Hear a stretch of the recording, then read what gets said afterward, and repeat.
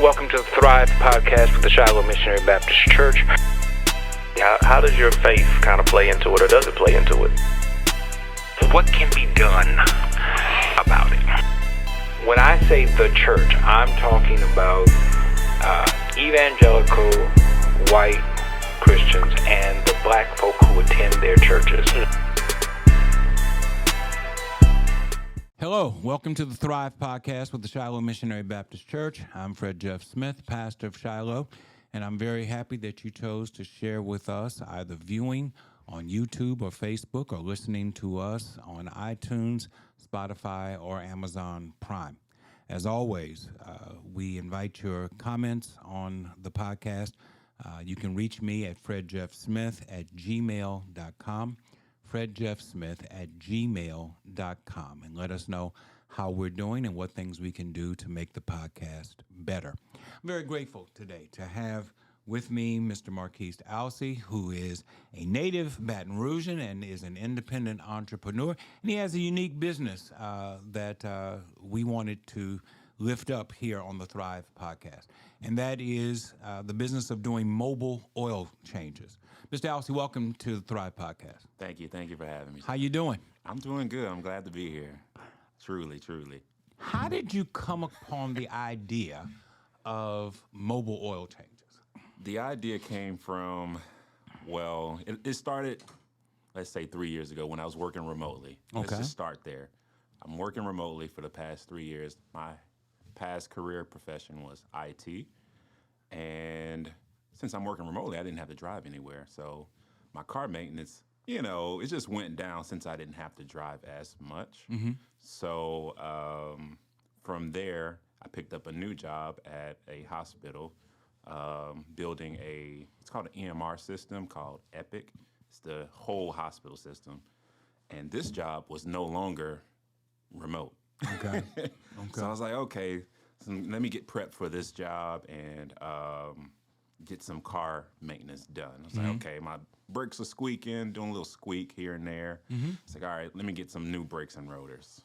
So started there. So when I went up to this place called Mavis, I was debating on doing it at home. I was like, okay, I can probably just knock it out at home real quick. And I decided against that. I was like, I don't want to mess with brakes and rotors right now. So I went up to Mavis, thinking that it's going to be like this very quick job. Because brakes and rotors, at the max with their equipment, it's 45 minutes. They have amazing. If they have it in stock. That is a great If point. they have it in stock, yeah. That is a great Well, we point. have to call over to the warehouse and we have to make sure that they have the part in stock, and we'll get back to you in a couple of hours about that. My God. That is funny that you bring that up, because my part wasn't in stock.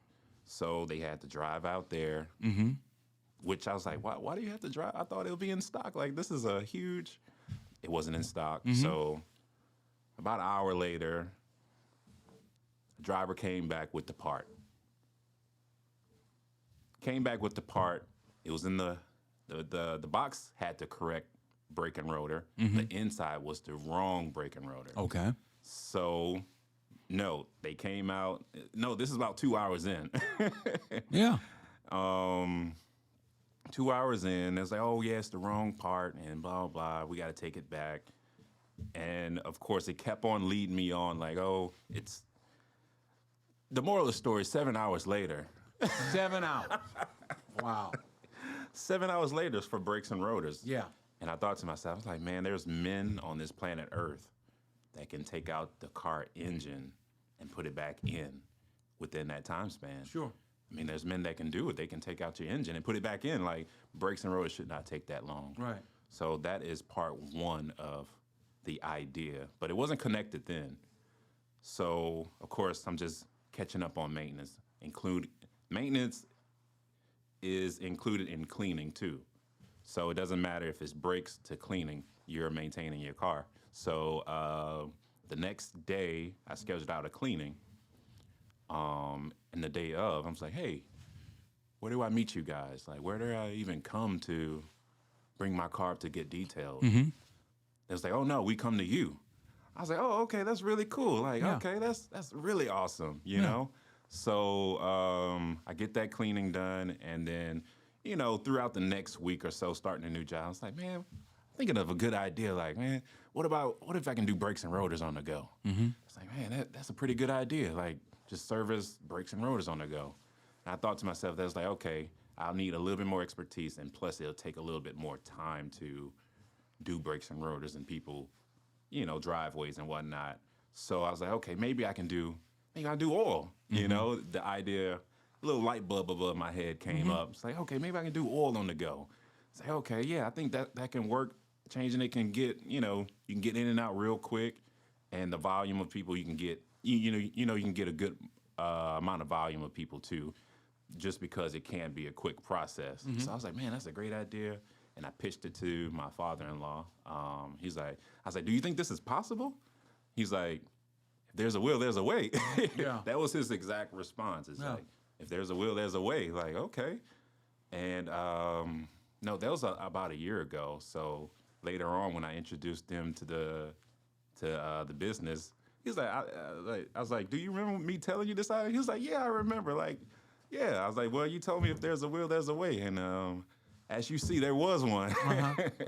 So overall, that is how it came about, was me being, what can I say, inconvenienced at this organization. And no, it wasn't my fault, and they still charge by the hour. So They charge you by the hour. yeah, for their mess up, Wow. right? Because it's like it's a true car shop, Yeah. Most car shops have hourly rates too. So for their mess up, I got charged for the brakes and hourly. Now, no. So what's the likelihood that the mess up was intentional so that they could increase You never know. the hourly charge? You never know what they're doing back there. Most times you're not even allowed back there, Right. for safety precautions.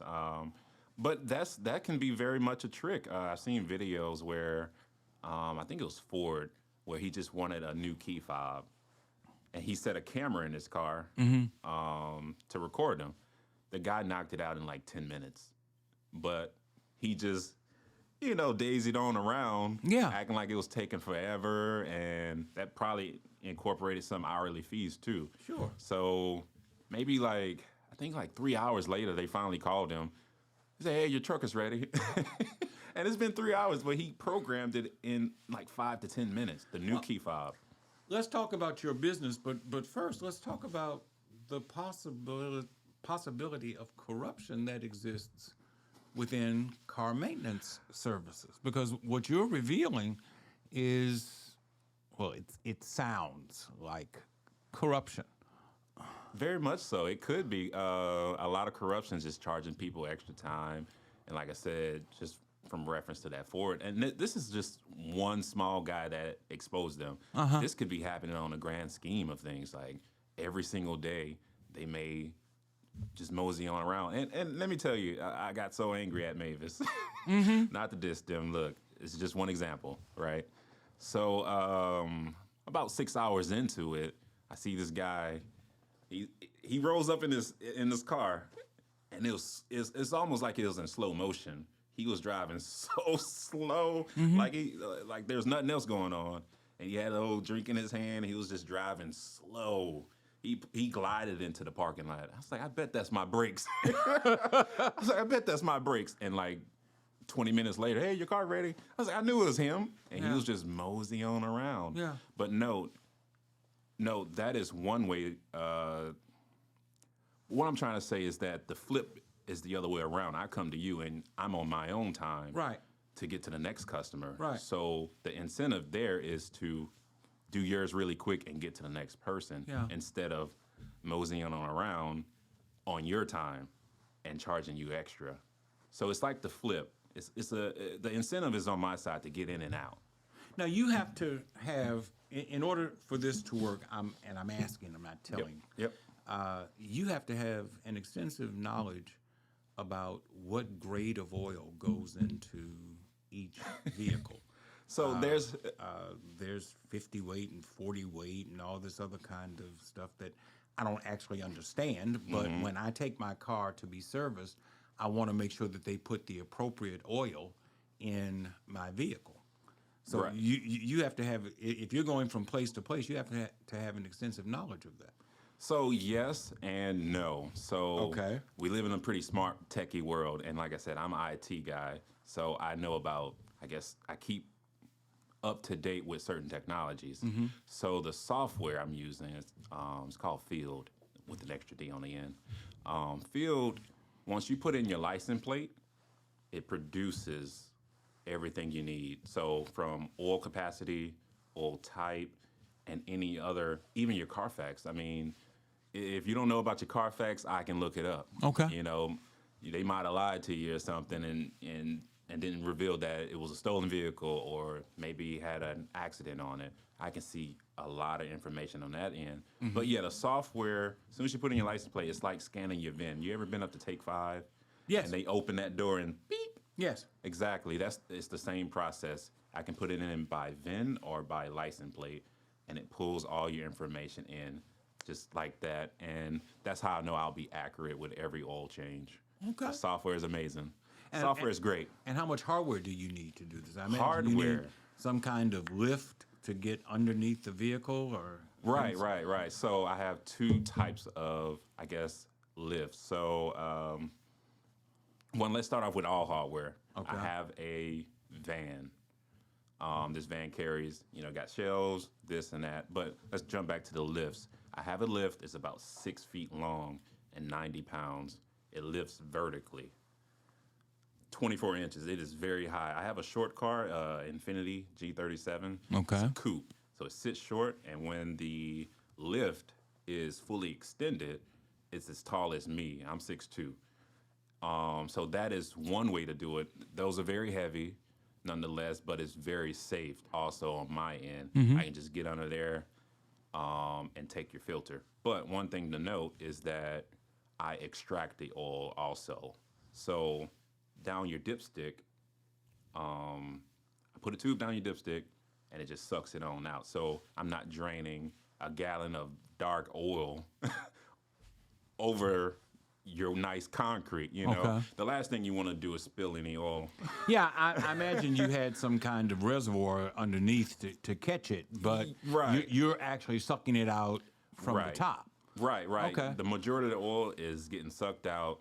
I don't think I've with ever no seen spill. that before. Yeah. They exist. A lot of Audis, they actually don't have a drain plug at the bottom of the car. Really? All Audis, I wouldn't say all Audis, but let's say 90% of them, you have to suck it out. You can't get the oil out any other way. Okay. So it's not a new method. It's just something that isn't used as much. But yeah, it's a huge lift. That's one way. The other way is actually just ramps. You just ride up a ramp, and the only thing I'll need to get from under there is the filter. I'm not draining. I don't want to drain in your yard. Right. Have oil everywhere, and I got to pay for it to get pressure washed or something crazy. Right. Right. So it's a clean way of getting your oil change, and it's efficient also. And about how long does a normal oil change take? So on the lower end, 30 minutes, because I am one guy. Right. With a 5-point safety check. So I do have to go around your car and inspect it too. Inspect your belts, fluid levels, windshield wiper fluid. If it's low, I top it off. And so it can take a little while, but 30 minutes to 45 minutes at your own house isn't nothing. I agree. 45 minutes at Take-5 Yeah. is something. So even if I take an hour and you're just there at your house in the comfort of your home, it's not that long. Yeah. So those are the two methods of lifting the car. With I also have an oil mat too to ensure that nothing gets down there because it's very dark, and I'll of course have to clean it up, offer some incentives, whatever I have to do to satisfy you. Yep. Well, on average, how many of these can you do a day? So right now, including travel time to different locations and things of that sort. The funny thing is the software incorporates travel time. I set the travel time to around 30 minutes each. Okay. Because let's say I'm on this side of Baton Rouge. Next customer, let's say I'm servicing here, right? Right. Next customer can be off of Sharp. You know, that's a 30-minute drive minimum. Right. Down Florida, Monterey, that area. It can take some time to get down there. So I set it to 30 minutes, and it's customizable within the software. So the max or so, it's around 6 to 7, depending on how quick I can get out of there. But around 6 to 7 oil changes, and that depends on how far my schedule go. Right now, it's like 9 to 5:15 or so. Okay. I don't like, you don't want to work in the dark, but it's dawn to dusk also. But as you know, time going to help you out a whole exactly. lot. So yeah, that's exactly where I'm going. Yeah. So of course, November. Well, I wasn't launched then, but whenever the time switches, let's say around November, right? Yeah. November to about now. Yeah. Of course, it's going to be a short time span. I don't want to work in the dark. Right. As of now, unless I have some solution for that, which it's in the works, sure. But overall, you don't want to work in the dark lifting up a car. No, you don't. This 2-ton car here. Yeah. So it's dusk to dawn, generally speaking, and like you said, the summertime daylight savings will help extend that schedule because the beginning of it, oh man, it's like 8:45 or so. Yeah. It doesn't get dark until 9 Right, even. So right. I'm willing to work that far out, and that will probably get 10 to 12 people in at that time. But right now it's like 6 to 7. And typically, what does an oil change cost? So the base price for it, which is comparable to a Take-5 or whatever, for normal sedans, let's say it's a 4-door sedan, it's around right at $100, just $100 flat fee. Most of it is a flat fee, except the V8s of the world, the sports car, the Camaro SS.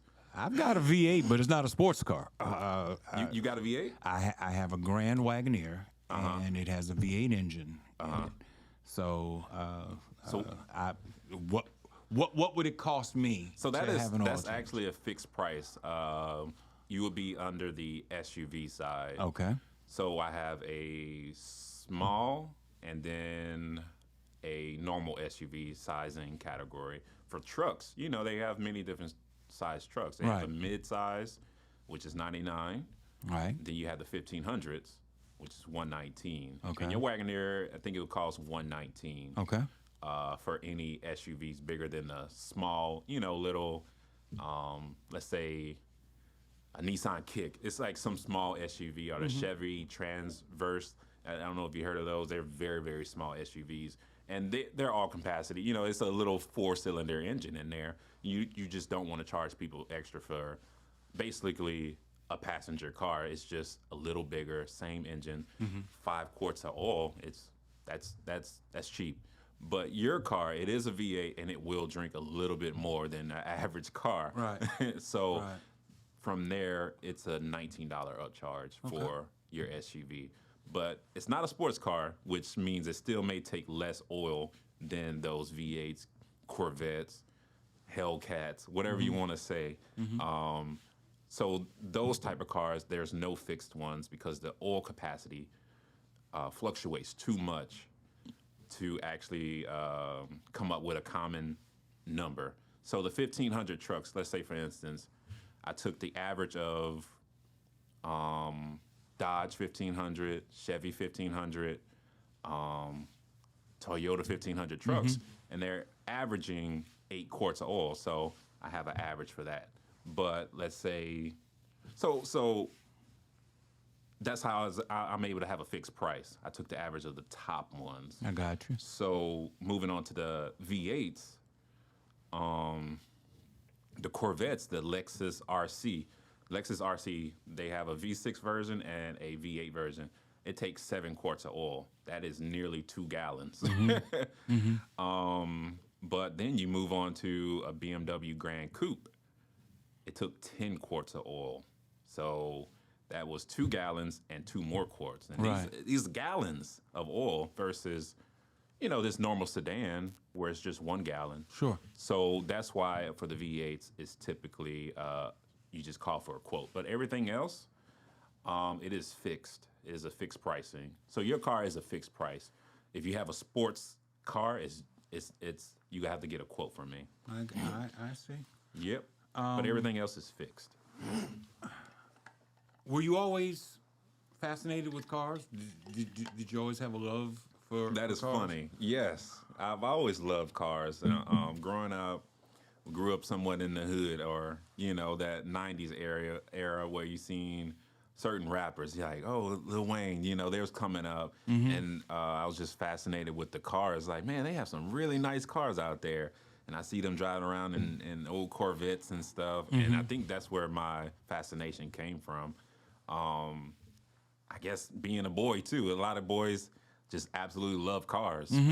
So this is actually a part of my passion, is just to be around cars and be in the car scene. It's a genuine passion that spawns from my childhood. It truly is. So I love being around cars, even though my career is something way different. It's IT. Right. Right. So I enjoy, being that thinker and solving that issue, but also I still love cars, and I like to be around cars too. I enjoy them. Talk to me about IT for a second. You have done military service. That's correct. And your specialty was IT while you were in the military. That's correct. Yep. So talk to me about IT and what is it that I should know about IT as a regular Joe Blow citizen? Okay. So, let's talk about like how I got into it. Okay. Initially start off. I had to remind me of your question, but let's start off in 2017.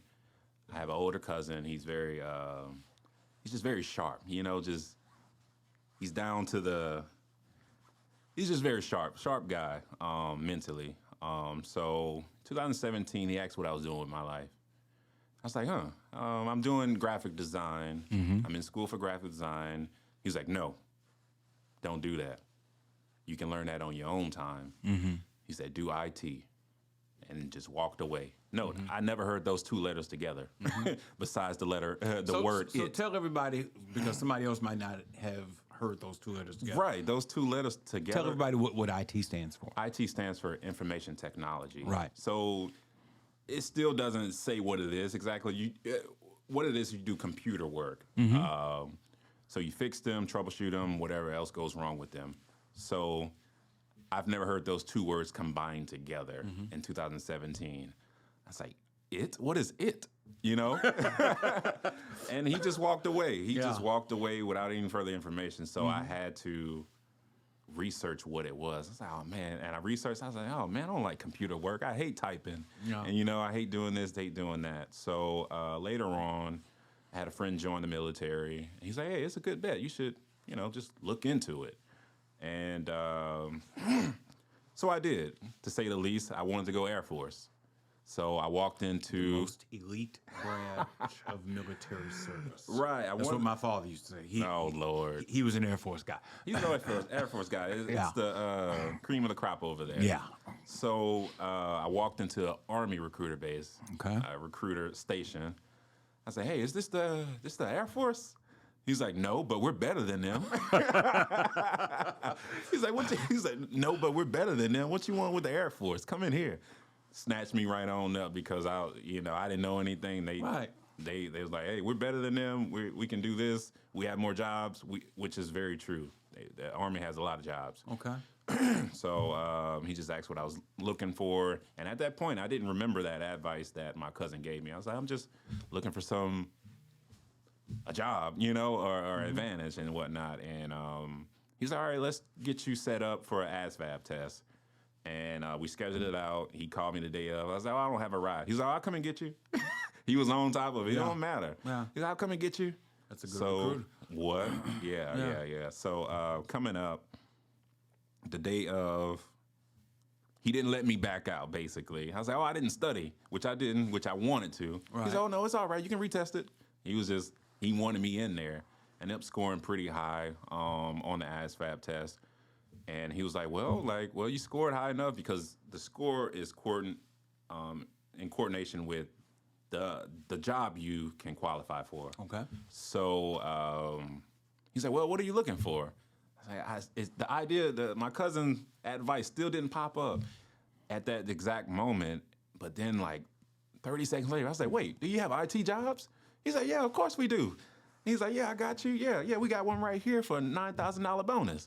He's like, you want it? I was like, how long would I be gone?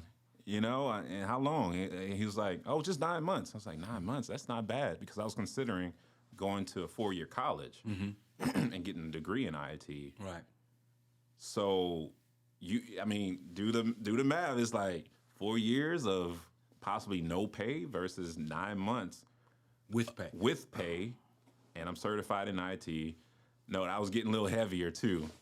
I was getting a little heavier, so I was like, okay, I got like a mean personal coach, personal trainer. That might curse you out a little bit, but I got a mean personal trainer. I was like, okay, all right, I think I can do this, know. And I went into the military with that $9K bonus. Got back after 9 months, and I was certified in IT through the military. So I started searching for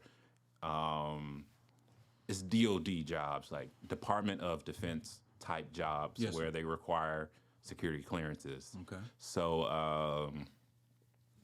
I end up at 21 with a nice 45 grand, 45 grand salary at this IT company. So that's how I got started, and that was back in 2019, the top of 2019, where I got started in. Back in 2019. It was a long time ago. It was long. 2009. It was 5 years ago. It's half a decade. Yeah. It's a while ago now. Yeah. So that's how I got started in IT. But to follow up on your question, did you have any questions about that? No, I do have a question, but I'll save it. But people who know me know I'm going to ask you this question, so keep on going. Okay.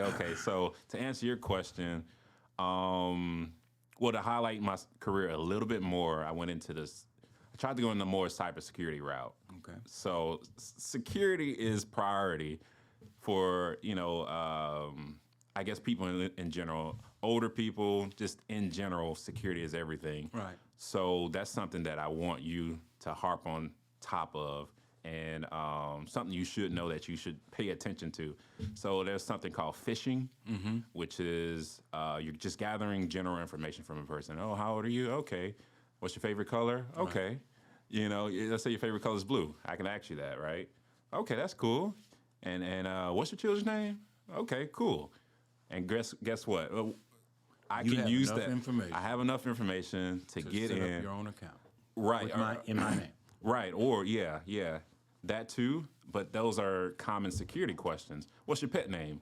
Oh, my pet name is. Gotcha. Right. When you set up your security questions, those are general information about yourself. Okay. Oh, my dog name is Jeffrey. It's Frank. It's Bob. And once I get into your account, you can. Oh, okay. Yeah. His cat name is just this. His dog name is that. Gotcha. So security is everything. Yeah. Pay attention to the links. I know you may not be able to read the hyperlinks as much. Pay attention to those links. Make sure it has HTTPS in front of it. That is a industry standard security. So if it has HTTP and nothing else, something's wrong with that website. Right. Right. Or a .com. Well, .com is an industry standard too. Everyone knows it. .org is industry standard. So once that URL address don't have those certain characteristics behind it, you may not want to click it. Okay. Just leave it alone. Okay. And no, you didn't win anything free. You did not win, okay? It's just leave it alone. You did not win. Yeah. Check the link. And that's something that I want you guys to know is just stay and watch those other websites that request a lot of information from you. That's a way to get in, and they sell your information around to bigger companies. And next, you're getting a text from, hey, just click this link, your Capital One link or Chase link. And no, Capital One don't even reach out to you. Just know the policies that they use. Right. We will never call you. Right. Capital One don't want to call you. and verify some link, you know. But that's with each organization. Pay attention to their policies too, like Capital One. You know, you don't want your money getting snatched on out of there. Yeah. Like I said, you didn't win anything, and you don't want your money snatched on out of there. So just pay attention to those links and those security risks. But me getting information from you is phishing. That is the term. It's PH. Right. Yeah. Right. So stay alert. Stay alert. Mac or IBM compatible? I say it depends on the phone you have. Well, I'm talking about laptops. I'm talking about Yeah, computers. right. Yeah. That's right. So iPhone, the integration with iPhone and the Mac is magnificent. It's magnificent. It's magnificent. The integration, you can get text message from. Right. The Apple software is really good. And from what I'm told, it's harder to break into than IBM compatibles. Is that real or fictitious? So they're probably just as equal. It's just that it's the you said IBM compatible or, or Microsoft compatible or whatever. Right. So they've been around for extremely long time, and people have learned their system longer than Mac. You know, it's been around forever. Yeah. So a lot of people know the vulnerabilities a little bit more than the Mac. Okay. So I wouldn't say they're one is easier or harder. It's just that people tend to know this one a little bit more because one, the software on the, let's say Microsoft, is much more open, while Apple is a guided tour through everything. Apple dumbs down everything for you. They don't want you Perfect for people like me. Right. They don't want you to sit there and design your operation system to do something different. They don't want to jailbreak it. You can jailbreak this because it's more of an open world. So I don't know. Maybe in the sense that, it could be a little bit more secure. It's just that it doesn't make up a lot of the market of security risk because it's just, yes, Mac is huge, but it's not as big as Internet Explorer or Microsoft. So I guess if I had an answer, I'd say Mac. And especially if you have an iPhone, the integration with it it's great. They just bind together like this. Thank you for saying Mac. That makes me feel a whole lot better. Yeah. When I was in college, which is before you were born, computer science classes were learning Fortran and COBOL. I doubt if anybody even uses that anymore. When I got into pastoring, and the first church I was pastoring was looking at a computer, I was led to buy an IBM compatible, and a cousin of mine told me, unless you're really, really good at computer languages, you need to get a Macintosh. Wow. And so the first computer that we bought as a church, First Free Mission Baptist Church in New Orleans, Louisiana, was a Mac Classic. And I've been with Macintosh ever since. Ever since, so wow. I've gone through every iteration of Macintosh that there is. So when you say that Mac is better, that makes me feel it feel confirms good. it. Yes. It confirms it. I mean, and especially if you have an iPhone, it's just, you can receive text messages from it, you can FaceTime from it. And still to this day, I don't think you can FaceTime on like any Android, Microsoft phones unless you have some, like a Skype app, like an outside of the phone type app. You still can't do it. But for those people that, of course, they're really good at coding or writing language or whatever, you can jailbreak the phone if you want, but that's them. This is much more of a guided tour. You want this on your plate, sir? I'll turn on that feature. Yeah, that's cool. Yeah. And it gives you the option. So I say Mac. Definitely for iPhone users. And what was really helpful for me, we'll get back to oil changes in a second, but what was really helpful for me was when Microsoft Word made a version for Mac, because early on, you had to use AppleWorks. And AppleWorks didn't always easily convert Microsoft Word documents. So I was very glad when they started making Microsoft Word, well, Microsoft period, PowerPoint, everything else, Excel, for Macintosh. Right. Although I still believe the best word processing software out there is WordPerfect, not Microsoft Word Perfect. I haven't heard of that one. It was.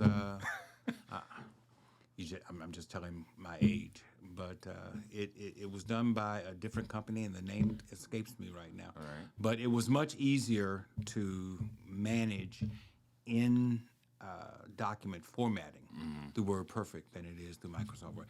You know, if you wanted to set different justifications for paragraphs within a document, it was a whole lot easier to do with WordPerfect. That is than interesting. it was with I'm gonna have to Microsoft research Word. that. Yeah. I'm gonna have to research that. But yeah, of course, Microsoft still have industry standard programs like that. Microsoft Word, you know, it's just those aren't ever going anywhere. And Right. the competitors, I mean, you can probably lock people in. You know what? That's what Google tries to do when you get like a Google Chrome. You ever heard of those? It's like Yes. a tablet computer. They lock you into their apps, and they have their own Microsoft Word. They have their own, and it's kind of just sheltered off in its corners. You know, the Google Chrome is in its corner because it can't integrate that much. They're just trying to lock you into that product, and it's just Microsoft Word is the standard out there. You know, it doesn't convert that easily. So you're certified in IT, and you come out of military service.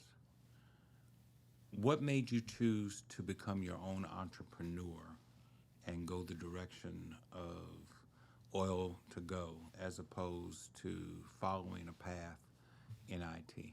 Right. So, of course, IT has good money in it. Start there. Yes. I wasn't, wasn't making $100,000. Don't get me wrong, but I wasn't, But what inspired me initially, or for years, is my parents. Rest in peace, my dad. But my parents built this company called Alpha Medical off of Monterey, and Trinity also. That's another company that was associated with her that she sold now. It's a home healthcare business. Okay.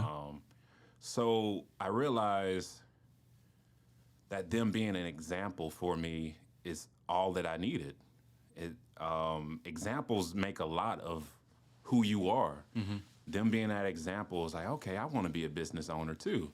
Like one day I want to be a business owner. I don't know what to go into yet, but I want to be a business owner. And her hard work and dedication of 20 years now, providing healthcare services, has greatly inspired me to become my own business owner.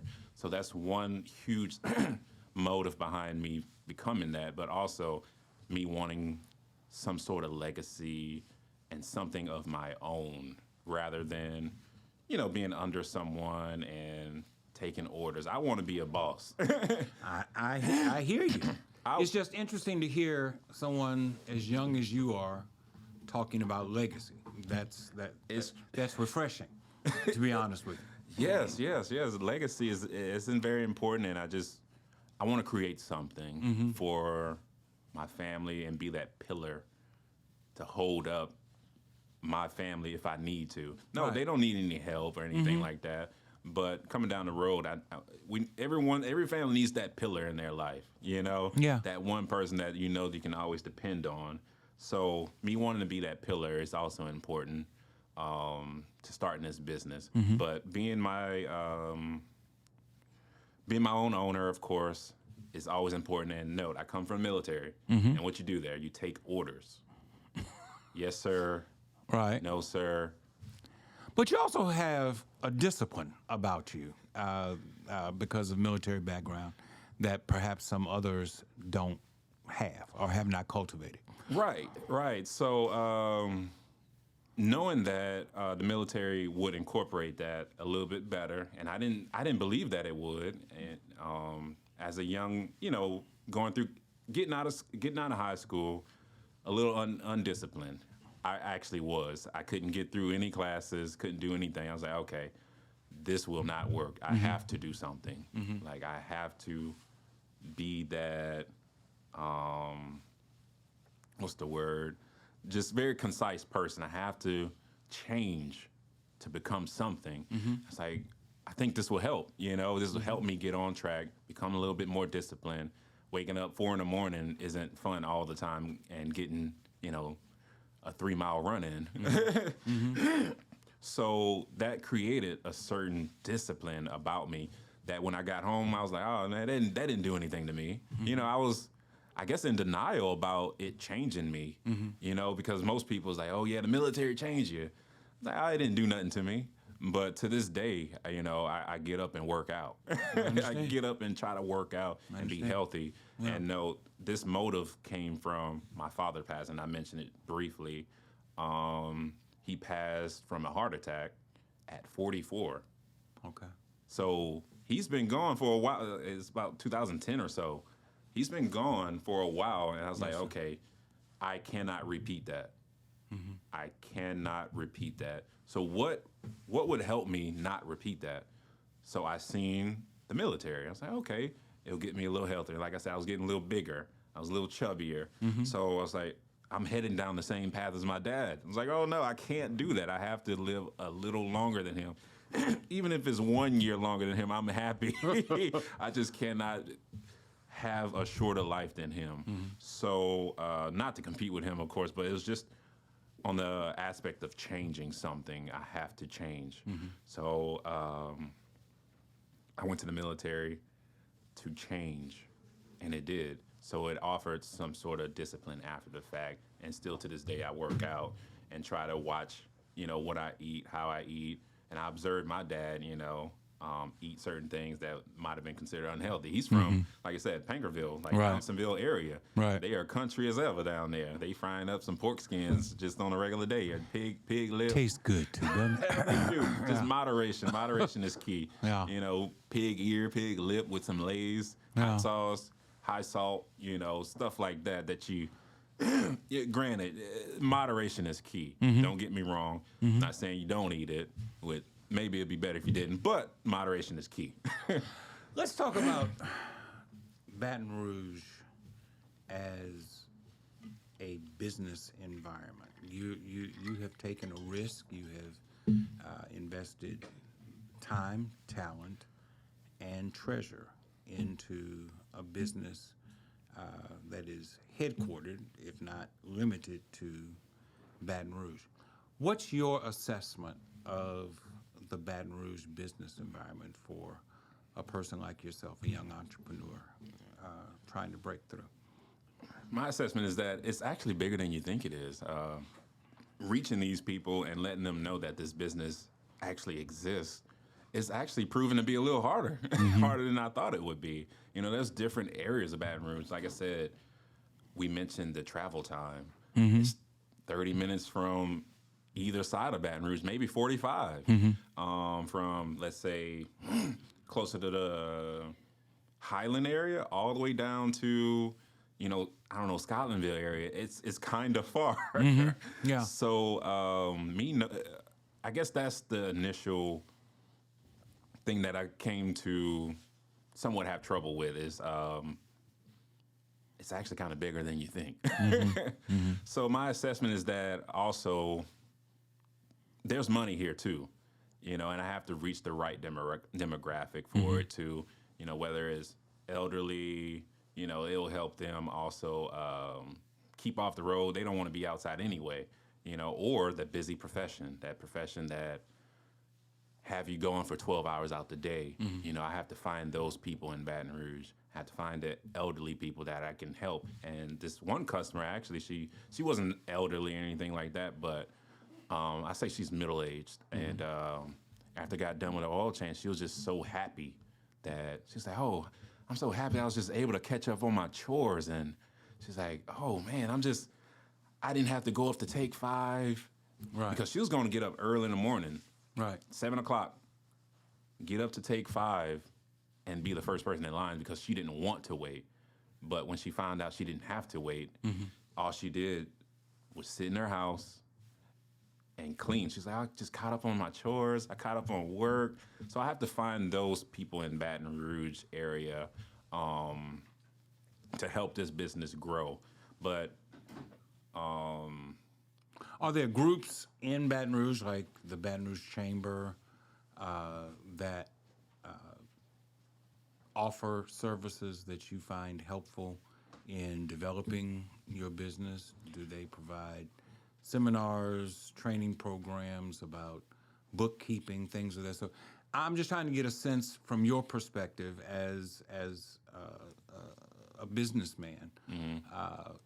What aids are there in Baton Rouge to help you facilitate your business, make it more efficient? So I'm still scouting out certain aids that can help out. I'm in certain Facebook groups that can, Baton Rouge entrepreneurs, Baton Rouge businesses.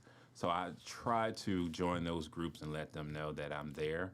But this is a work in progress currently. It's still finding those groups, having ideas, about where I can be seen at. So, you got some vendor pop-ups with tents and stuff. Maybe I can go there and have a pop-up there and showcase my business. Or maybe like radio, or where can I go to be seen? Radio, TV, wherever. So, but what was that organization you named? Baton Rouge Chamber. Okay, I'm unfamiliar with that, by the way. Baton Rouge Area Chamber of Commerce.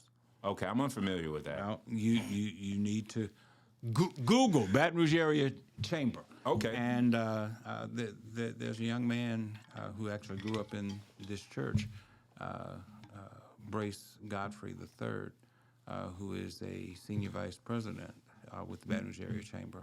I'll share his information with you, and he might be able to provide you with some assistance. Yeah, please do. And I have another reference. It's like some Southern University business department or something like that gives counselings, and maybe they can do something to help me also. But I'm just scouting out. I'm scouting out any, I guess, paths to be seen. Not that I know them all, because I'm just beginning. Right.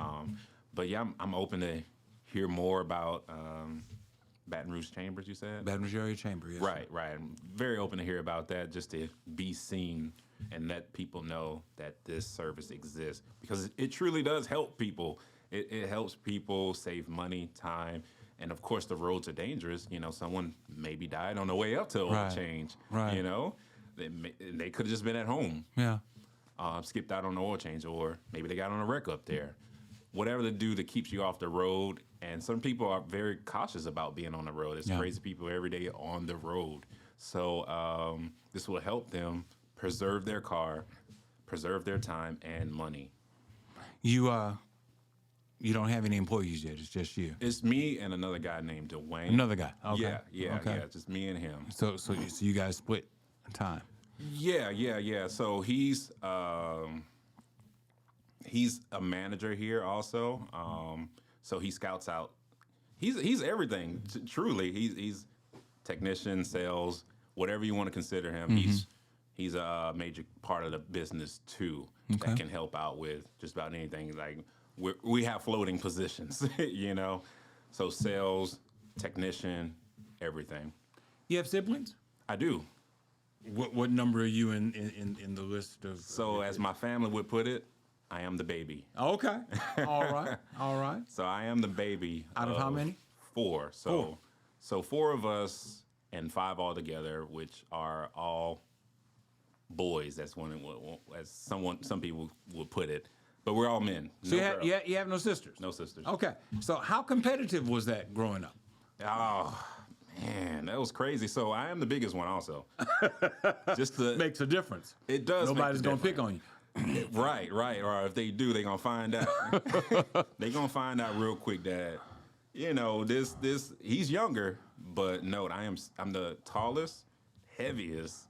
I have the next biggest brother, he's 6'1", and he's big, but he's not bigger than me. I understand. So it was very competitive in there. We all thought we were alpha wolves in there. Every one of us was wolves. Okay.